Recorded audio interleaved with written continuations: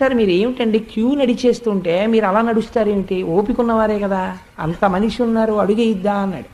నేను అన్నాను, అయ్యా లేదండి, నేను ఒక కామ్యం కోసం మొక్కుకుని నేను కాకినాడ నుంచి తెల్లవారుజామున బయలుదేరి పాదయాత్రలో వచ్చాను, కాళ్ళు పట్టేసేయండి, అడుగు పట్టలేదు, అందుకని నిలబడిపోతున్నాను అన్నాడు.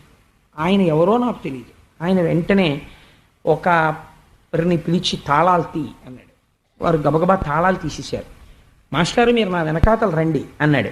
అని చేయి పట్టుకుని నేను ఆయన అయ్యా మీరెవరు అని అడుగుదామంటే కుదరట్లేదు.